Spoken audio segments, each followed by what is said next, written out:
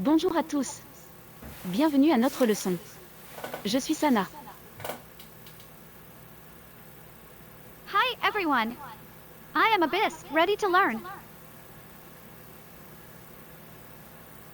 Aujourd'hui, nous allons parler de Daily French B2, épisode 4, français général. Ce sera une leçon amusante et informative. Préparez-vous à apprendre de nouvelles choses sur la langue française. Prêt? Allons-y. Alright, Sana. Let's get into it. As a wise man once said, language is the roadmap of a culture. So, for today's main topic, how do we say the main keyword in French?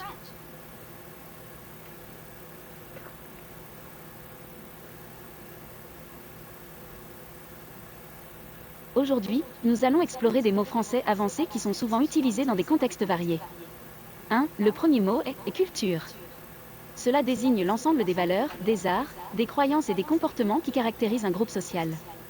2. Le second mot est communication. Cela fait référence à l'action d'échanger des informations ou des idées entre des personnes ou des groupes. 3. Le dernier mot pour aujourd'hui est langue. Cela signifie le système de signes et de symboles que nous utilisons pour communiquer. Voici une phrase complexe utilisant ces mots. La communication est essentielle pour partager la culture et préserver la langue d'une société. En anglais, cela se traduit par Communication is essential for sharing the culture and preserving the language of a society. Cela signifie que pour comprendre et maintenir une culture, il est crucial de savoir communiquer et parler la langue. C'est pourquoi nous apprenons le français ensemble.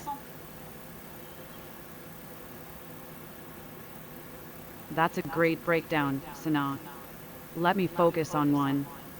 Long, what does that mean exactly? Is it just the physical tongue, or does it have a deeper meaning in this context?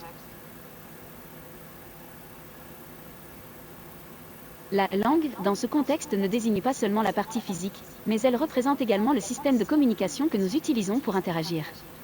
C'est un outil fondamental qui façonne nos pensées et notre culture. Voici une phrase avec le mot langue. La langue française est riche en histoire et en diversité. Cela montre à quel point la langue joue un rôle central dans notre identité culturelle et notre histoire.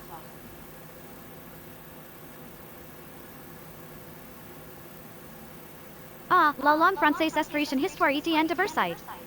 Asterisk in a terrible, exaggerated accent asterisk la langue française est riche en histoire et diversité. Laughs as the philosopher said, to have another language is to possess a second soul. But my French soul sounds a bit broken.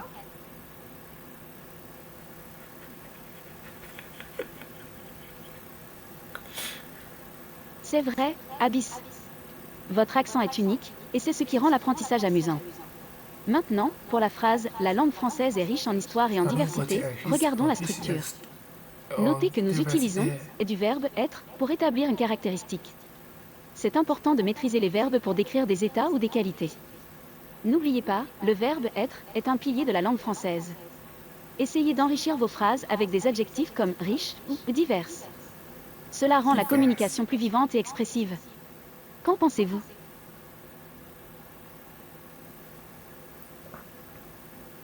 Oh, I see. So être is the verb to be, like the backbone of description. As Confucius might say, to know the verb is to know the sentence.